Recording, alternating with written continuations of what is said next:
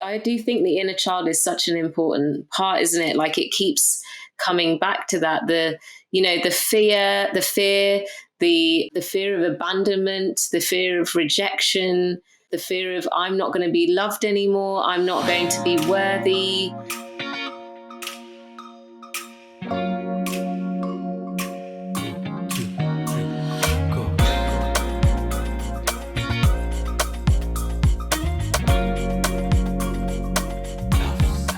Hi guys, welcome back to Love, Sex and Magic with me, your host, Melissa Wells. I'm so excited for today's guest, Dr. Rathika Marsh, also known as the Spiritual Psychologist on Instagram, combines her 14 years of experience as a psychologist with spirituality to create powerful healing experiences through one-on-one coaching, group programs, courses, and international retreats. She supports men and women around the world to explore, heal, and expand from their traumas and subconscious programming and patterning to step into their whole being without shame through integrating their dark and raising their consciousness.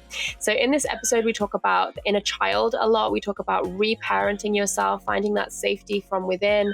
We discuss shadow work. We discuss trauma work, from just a really holistic psychological and spiritual approach. So let's get into the episode.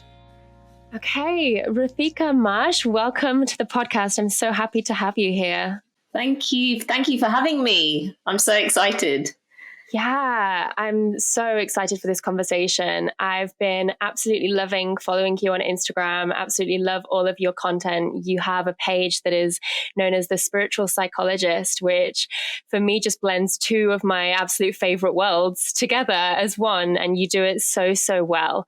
So I'd really love if we could get started, if you could share like how these two worlds came together for you. What came first and how did these worlds collide? Yes, definitely. I mean, the psychology side definitely came first. I wasn't aware of, we're all spiritual beings, but I wasn't conscious of spirituality, and it was like I had this perception of there being something beyond me, but it was only ever framed within religion. And I had a very mixed, strong view about religion. And I received very mixed, strong views about religion as well. So I was confused about that. And I found it very triggering as well. But the psychology side came first. And I did a psychology degree, and then I went into teaching. And my background is actually in educational psychology. So I was working in schools and supporting adults to support children, and young people. So we'd see a lot of trauma, and you'd see it happening in front of your eyes, how children and young people would respond to that. And then I embarked on my own healing journey. So what was really interesting was that I had learned all this stuff about psychology. I'd done a doctorate. I had learned so much about trauma, and yet I couldn't associate anything with myself. I couldn't link up with my own pain, or my own feelings. And that's where, like, it was just so separate. It's like sitting and watching a movie, and not being able to translate it. And I just found that there was something missing. I just felt like I was repeating patterns of behavior that felt so out of alignment, but feeling stuck in the same kind of things, feeling shame, feeling guilt, and just getting to a point really where I thought, okay, this isn't working, like something needs to change. And so I can't remember what it was. I think I might have started listening to Jake Woodard, to his podcast, and I was like, wow, this is like amazing. And that's how I entered that connection with spirituality. And then I went on a massive journey of shadow work, connecting with myself, understanding myself, and feeling. Yes. Finally finally feeling and embodying. So there's that one, and this is where the two brought together is so powerful, because the psychology side is so interesting. It teaches us about why we might respond in certain ways, why it is that we might get triggered, all of those things, but it doesn't actually teach you to embody that. So how do you actually put all these kind of concepts that you talk about to do with the mind and actually allow it to be present? How do you be present with it? How do you bring it all to yourself? Yes. Yeah. And that's the spiritual part, that it allows you to do that. It allows you to create that connection, I think. Yeah. Well, that embodiment piece is so important, and you're so right. Like, we spend so much time consuming information at such a rapid speed these days that we're often like knowing things in our mind, but not actually embodying them, practicing them, applying them in our own life. And I think you've spoken to something that's like a really big thing right now, and a lot of people really need to bring it into their body and start, actually diving deep within, because trauma is stored in the body, right? The body has the answers. Can you speak a little bit about how people can start actually working with the body and start accessing these wounds, this trauma, which, sounds really scary, but everyone has some degree of it, right? Yes, absolutely. I mean, there's certain things that come to my mind, I think from my own journey as well. So one of the things is being radically self-honest. So it's like really kind of looking at, what do I need to be honest about here? What am I lying to myself about? And we want to avoid the most painful things. And those are the things that we really do need to look at. So it's like, which of the bits are like making your stomach turn, and you do have to be brave. You do. And it's so hard. It's not an easy thing to do, but I think there are ways of doing it gently as well. You don't have to go nuts. Like, you can enter this in a gentle way. So one of the things that I think is like such a useful tool is to just ask yourself to ask yourself, why has something triggered me? Because it's been brought to you for a reason. That's what I believe, that it's been brought to you for a reason.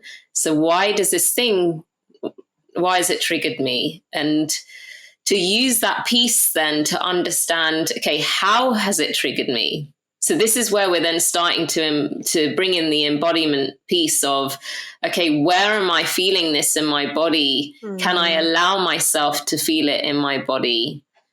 Is it that I'm having racing thoughts? So it might not feel that it's like it's in my body, but actually that is my body responding. So often people could kind of think, okay, I can't feel it, but they can, because they're getting the racing thoughts. They're getting those repetitive the repetitive thinking, the shortness of breath, whatever it is. And so it's noticing it, isn't it? So it's noticing, okay, what is going on? And the noticing part might be that actually you feel numb. So even by noticing it, you're allowing that space to feel that, if that makes sense. Yes. Yeah. And I think you're so right. The body is such a guide, such a teacher. And like, I think most people, hopefully, like, most people listening to this podcast are pretty tapped in. But when we look at like the collective, we are really trained to not be in our bodies. We're really programmed to kind of cut off and disconnect from our bodies. So as much as we can like really like focus on the sensations that we're feeling in our body, like you said, like I've got racing thoughts, my heart is pounding. For me, I'm just thinking back to like when I've felt triggered, recently, I feel like a pit in my stomach. I feel like my heart is like pounding. I might go into like a freeze response. I might feel like I want to just like shut down or run away. All of these are experiences that are happening inside of my body. I might like my digestion shuts down. I don't want to eat. All of these are like the body's way of speaking to us, like I'm going through something here. Yes, exactly. And I think there's like a bit here about, for some people, they can feel detached. Mm-hmm. And there's something that feels, I don't know, like clients that I speak to sometimes can feel like, okay, I don't feel connected. I feel detached. I feel disassociated. And then you also hear these messages of, feel it to heal it. And it can feel like you're then failing. Yeah. And it's kind of about like, this is where the compassion part comes in. And like you just said, it's tuning into, okay, well, that is communicating to me something. So if I'm feeling numb, that's also indicating something, isn't it? If I'm feeling kind of flatline and there's not a lot going up or down, then that is also my body communicating that maybe it's had to do that to keep me safe. Mm-hmm. Yeah. And so then when we allow that, when we start to gradually allow that acknowledgement of it, you're then communicating to your mind that you're safe to feel whatever is coming up, even if that is not a lot. Yeah, that's it. Safety is key, the number one thing that absolutely. we need. So I've heard you speak a lot on your platform about accessing the inner child, healing the inner child. Do you feel that it's through these triggers that we're able to start to access our inner child? Because that's for me, like where I start to feel, wow, like I feel like I'm 6 years old again, re-experiencing a trauma. Yeah, I mean, I think the triggers part is like such a important and powerful route in. Because through the triggers, you can understand things like you can do the mind work. So you can understand, okay, is there a pattern to this? Is there a pattern? Like usually it's not just this one trigger. There's like a pattern to it. So it's not just that one person, it's what that one person represents. And then when you start looking back, you then realize, oh, actually, it's not just this person, it's like this being that represents power, or this being that represents intelligence, or whatever it is. But in those moments where you are feeling triggered, it's an opportunity, isn't it, to like take some time out, to allow some space and to tap into like recognizing that you are responding from a wounded child place. And when we get triggered, it often is from our earlier experiences, or even if that's in adulthood. If there's something that has significantly triggered us in adulthood, it can still take you back to that a child place of insecurity and vulnerability. And the bit for me that is so important about the inner child part is that connection with how you might treat a child. So when we think of a child, when we think of our own children, when we think of a niece or a nephew or a child that we know of, like we want to protect them, we want to nurture them, we want to give them a cuddle and like say to them, you're okay, and I love you just as you are. And And yet we don't do that for ourselves. Right. And the inner child bit helps you to do that, I think, because you start to, when you kind of bring it into your day-to-day life, it's really empowering, because you realize, like, the biggest realization that I had, actually, and one of the biggest realizations was realizing that I am responsible for my child. It's not my parents that are responsible for me anymore. Mm-hmm. You know, so that hurt part of me, I can't go around like looking for validation or somebody to comfort me constantly.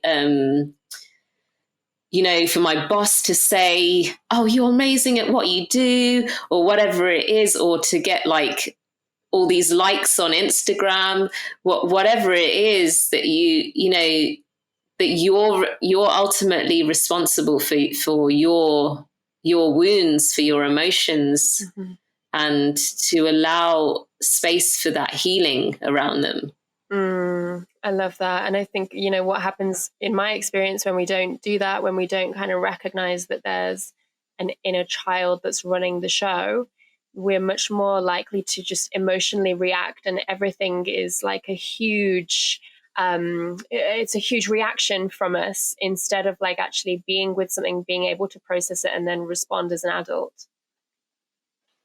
Yes, definitely.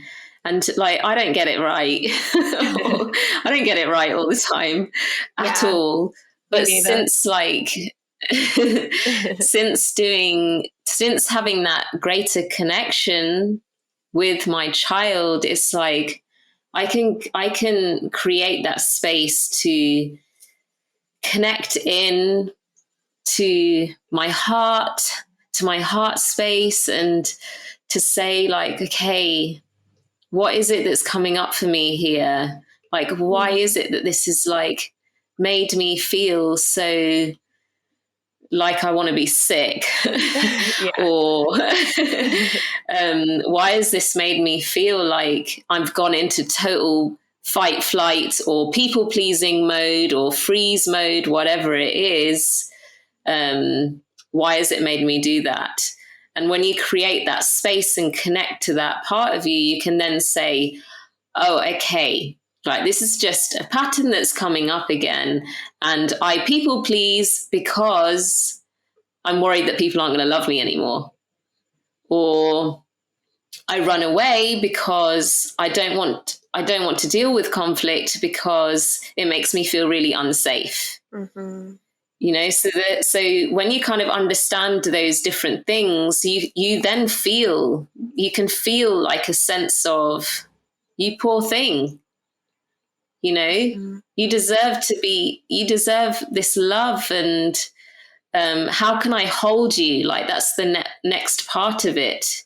So when you recognize, okay, your inner child is flipping out in some way, that you can then say, what is it that you need? What is it that you need, and how can I provide this for you as your parent?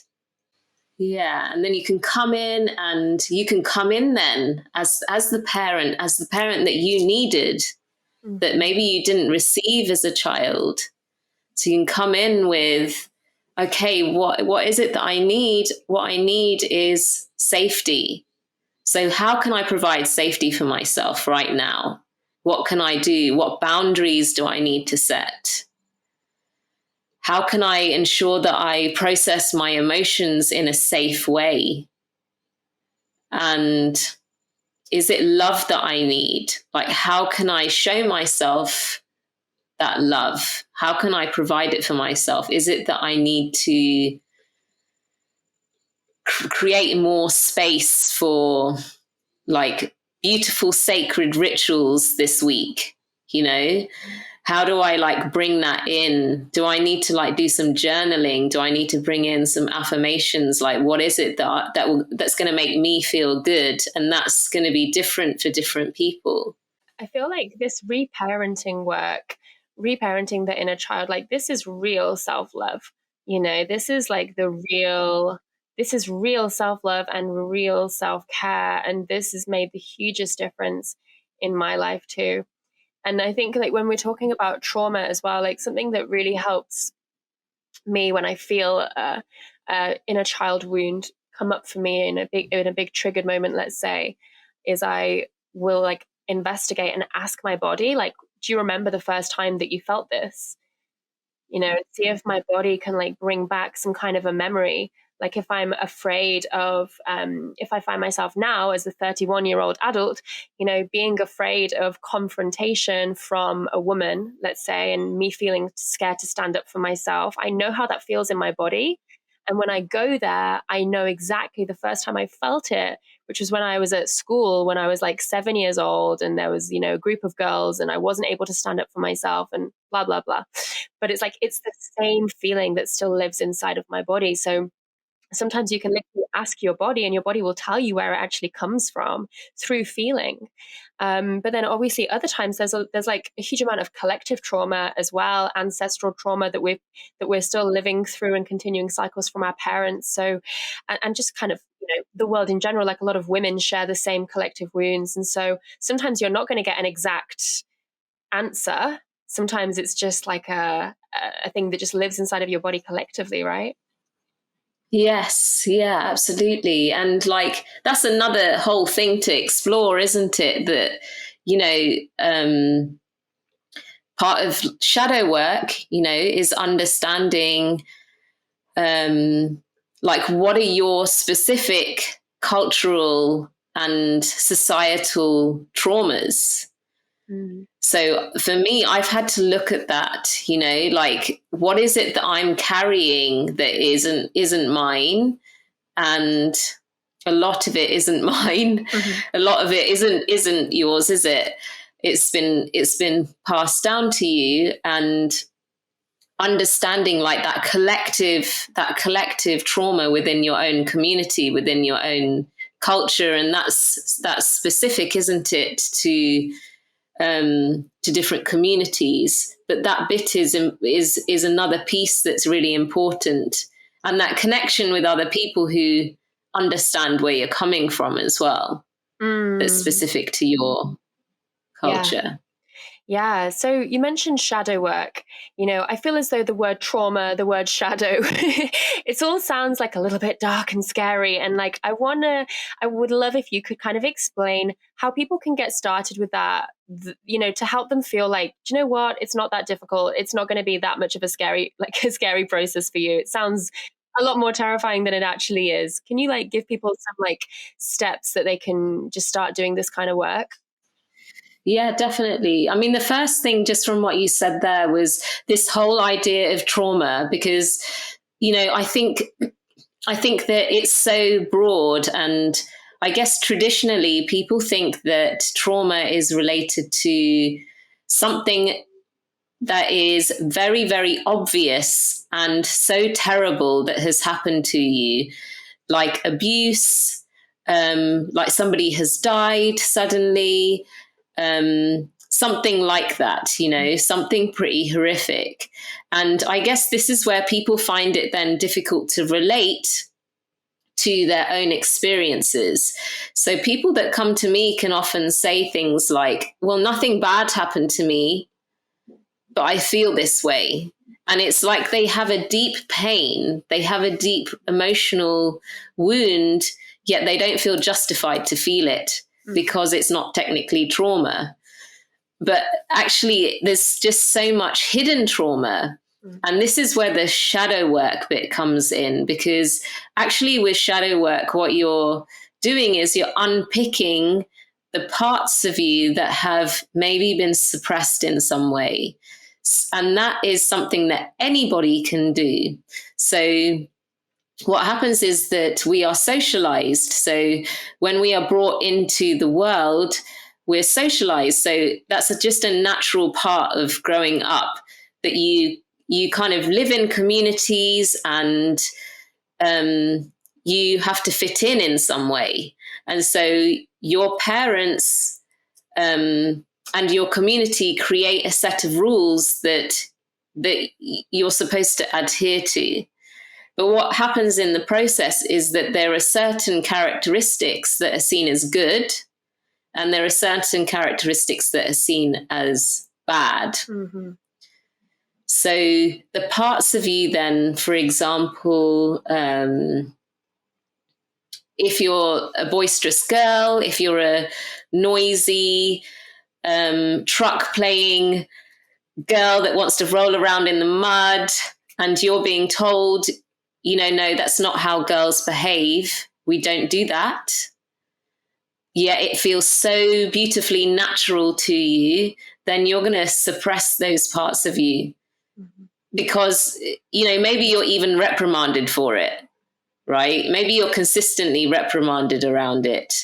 And so then what do we want to do as children? We want to do everything that we can to please our parents. And we don't want to be not liked by our parents. We want to be loved by them. And so we do everything that we can to make them happy. So then those parts of you can easily become suppressed. Mm. But actually, that part of you is you. That's your essence. Mm-hmm. And so you can then end up living a life that is not in alignment with who you truly are. Mm-hmm. And the thing with that part of you is that it still drives so many of your responses. So if you come back to the inner child bit, actually that's as an adult, like you've got these drives that your inner child is kind of trying to communicate, I don't feel this is right, or I want to communicate myself in this way, but I can't. And so I feel really frustrated and I hold it back and then I blow up, So you have these kind of constant reactions that are actually from a part of you that needs to come out, that needs to be integrated, that needs to be given permission to be there. Mm. I kind of went off a little bit. No, that's good. That's good. I just want to chip in with one of my examples that from my personal experience that came up as you were sharing was my childhood. I was always doing tons of stuff. I had tons of after school activities. I was a super high achiever. I was doing so much homework, extra homework.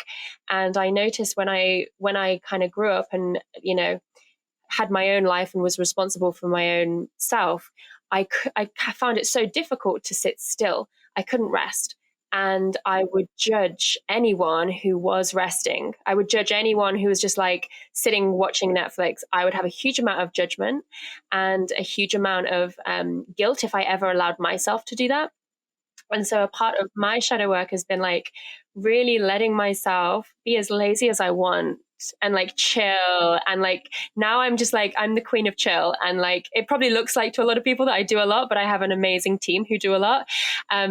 So I get to, be in that. Get to let myself rest and chill, and as much as I want to, when I want to.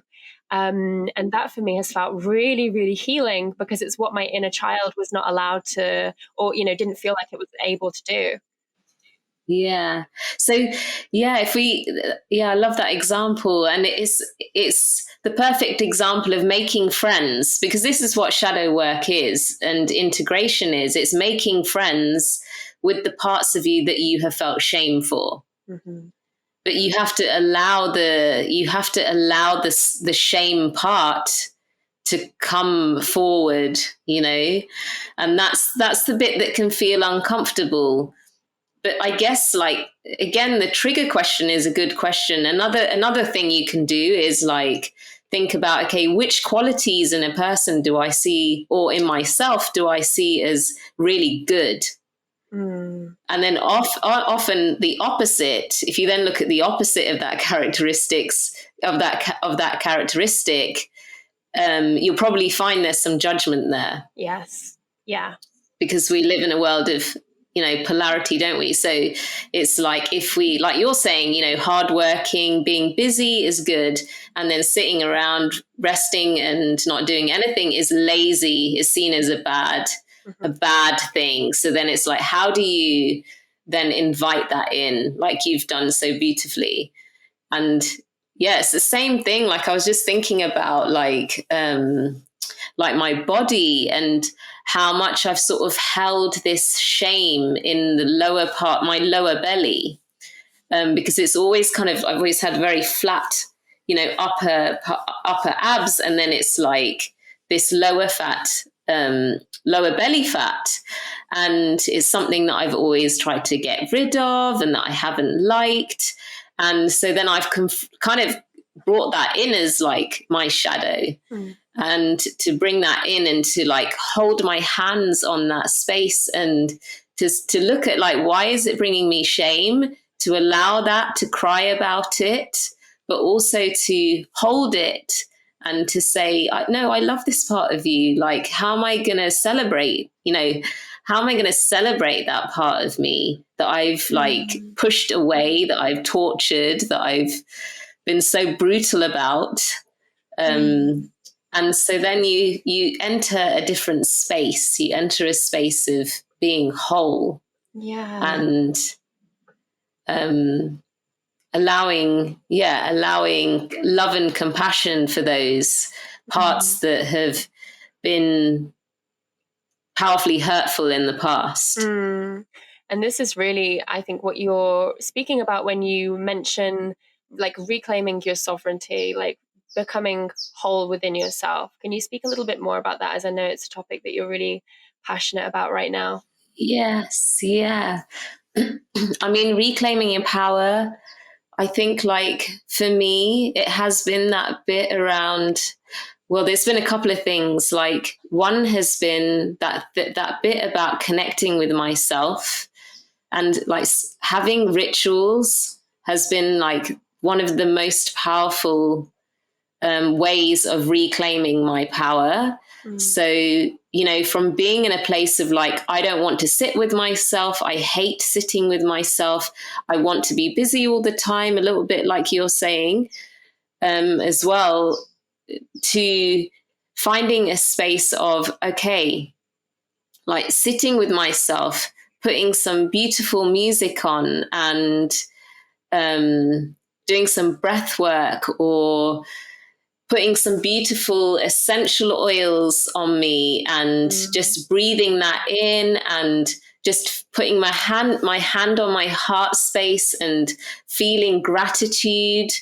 Like that to me is such a powerful way of reclaiming your power, because you're connecting with something, with yourself, but you're connecting with something beyond.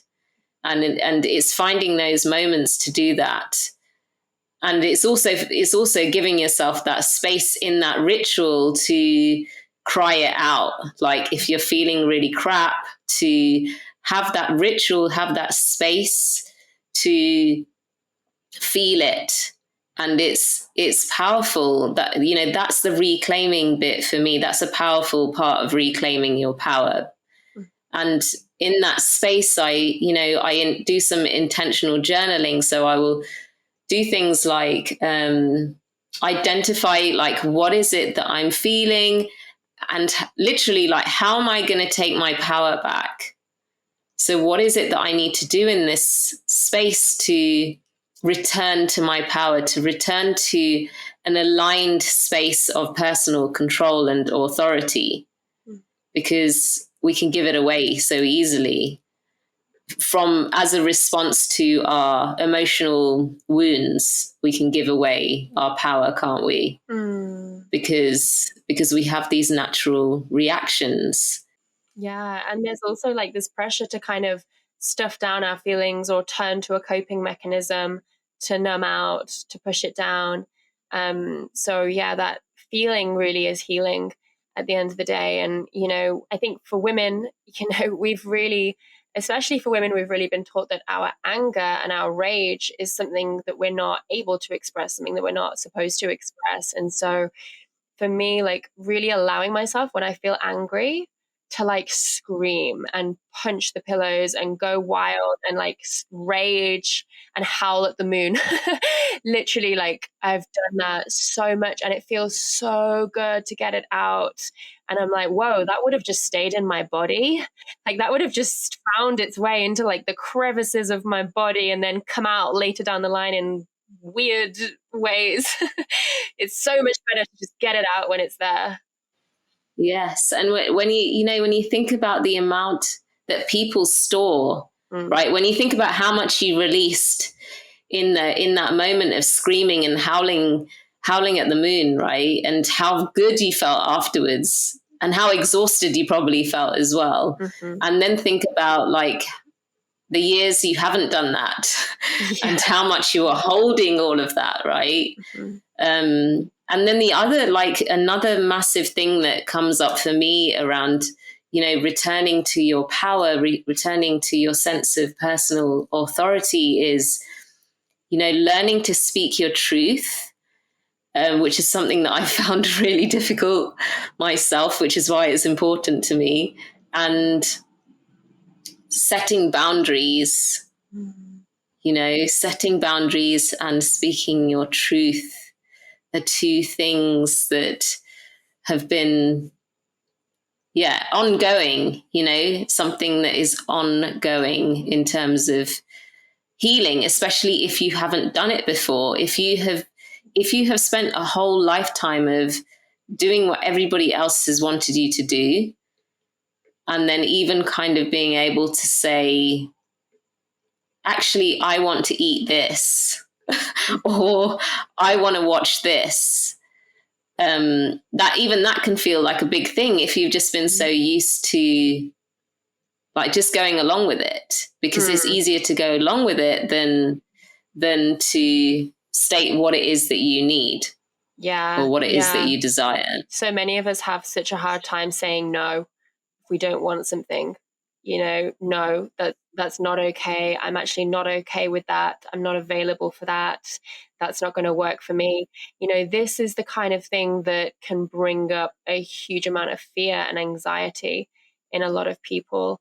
And again, that kind of goes back to like, this is your inner child, right? Like who wasn't able to stand up for herself, have a boundary. And often this boundary piece I find is passed down, through our family as well.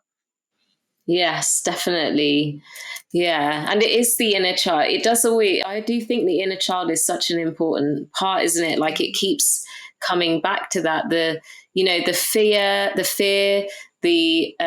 fear of abandonment, the fear of rejection, the fear of I'm not going to be loved anymore. I'm not going to be worthy. And to practice, like there's a lot in practicing little by little. What does this feel like? Like just to practice, like what doesn't feel aligned, and can I say no to something and allow myself to feel what comes up? And that's the first step, because when you do it and you allow yourself to feel all the discomfort that comes up, and then it passes, because everything passes, then you'll find that you said no to this thing, your stress levels are probably much lower, and you got the thing that you needed for yourself and for your inner child. And so then you realize the benefits of it, and then you practice it again. You practice it in a different way. Maybe you practice it with a slightly scarier thing. So you can do it.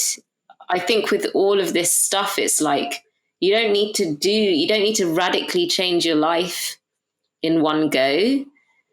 You don't need to like do this massive transformation of everything, but you'll probably find by putting these things in place and practicing these little steps that you get better and better at it. And the next thing you know, your life has transformed. I love that. It feels almost like the more you reparent your inner child and do these kinds of practices and work, the more you emotionally grow up, the more you mature and become an adult on the inside as well as on the outside. Yeah, definitely. Absolutely. And it's, I feel like I spent many years giving away the power and responsibility to other people to care for me. But it wasn't in a way that was healthy. It was just giving anybody that power to make me feel okay about myself. And when you start to notice that, when you start to notice it and think, okay, I'm doing that. Can I provide myself with what, I need some compassion here. Like, what is it that I'm needing? What is it that I'm so fearful of? And how can I provide it for myself? We then come back to that place of like you're saying, I'm the adult, I'm the parent. And you find then that the parent piece, like that part of you becomes more and more, it grows. It grows and it grows. And it might get triggered again. You might find that it gets squashed again, but you can build it up again. Yes. Oh, I love this conversation so, so much. So, Rathika, there's always 3 questions that I ask all of my guests that come on Love, Sex, and Magic. The first one is, I'd love to hear something that you're loving right now in your life. Something that I'm loving. I'm loving my business. Oh, I love that. I am. I just love it because I spent such a long time feeling, this all comes back to everything that we've talked about just seeking this validation, seeking validation and love from other people, working for a company. And it taught me so much, and I love the people that worked with me. But for me, it was like another way of finding parenting in somebody else rather than within myself. And so I feel like I've set myself free. It was like the bravest thing to do, to leave, to start my own business, to truly follow my soul, and to constantly be thinking, is this aligned? Is what I'm doing today aligned? Or like, is it fun? Like, does it feel exciting? And if it doesn't, drop it.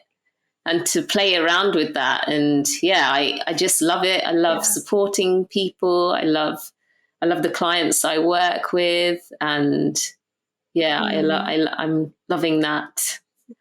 Oh, it's so beautiful to hear you, and the relationship you have with your business sounds so beautiful. You're clearly a woman who's found her purpose and is living it and making such a big impact.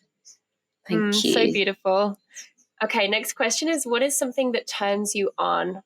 Something that turns me on. I think like play. So for me, play is music, it's dancing. On my Instagram, I'm always dancing around, because it's that bit of bringing yourself back into your body, loving your body. And I feel free. I love festivals. Festivals turn me on massively because I just feel like it's the inner child comes out, right?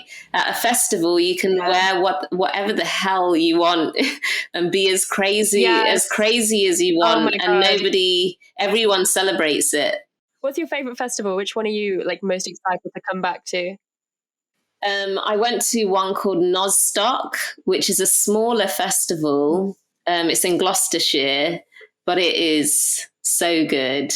I think because it is a bit smaller, but you've still got all the awesome music, and it's just it's a very arty, really cool.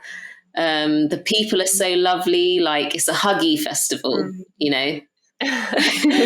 Well, let's bring back the festivals so everyone can hug each other and have fun and play. And then final question of the 3 is, when was the last time that you experienced magic? When did I experienced magic this morning?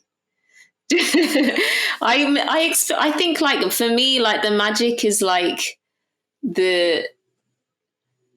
actually I had a real magic moment in the shower before, where I was thinking about the idea of God. And I had just been resisting this for so long. and I've not been able to use the word because I have found it very triggering, and I feel that people associate it with religion, and that's not what I feel this is for me. But I was in the shower and I just started crying because I was like, oh my God, I believe, I have trust, I have faith in something so powerful externally to me. And it was like a healing moment of, I don't need to be like trying to work out what this is. I just know it is there. Oh, that's so beautiful. I have the same relationship. I use the word God all the time, but I'm not religious at all. I'm extremely spiritual. But for me, God feels so much more potent nowadays to use than the universe. And it's funny you share about the shower moment, because I remember like the very first moment where I feel like I felt that God and that surrender feeling. And I'm pretty sure that I was also in the shower. I can remember the house that I was living in at the time, and I'm pretty sure I was like in the shower, about to get in the shower, and I was like, oh my God. Yeah. I love it. So Rathika, like, how can people come and hang out with you, find out more about your work, become a client of yours? Where's the best way to come and find you? You can find me on my website, www.thespiritualpsychologist.co.uk, or on Instagram at @thespiritual_psychologist. So those are my two main spaces. Beautiful. So we're going to head over now to the Goddess Collective community, our membership, for some more personal questions. But for everyone else, Rathika, it's just been such a pleasure to have you on and have this conversation with you. Thank you so much for doing the work that you do. You're deeply appreciated, and your impact is reaching far and wide in the world. Thank you so much. Thank you for having me. Okay, beloveds, I hope you absolutely loved that episode and got so much from it. Just a reminder that if you want to have more questions answered from every single one of our podcast guests, if you want to actually be able to submit your own questions and have them answered in a private, exclusive segment just for you, then come and join our Goddess Collective membership, where we have tons of workshops, tons of practices, interviews to help you have everything you need on your personal and spiritual growth journey. You can check it out at the link in the bio. And until next week, take care of yourselves.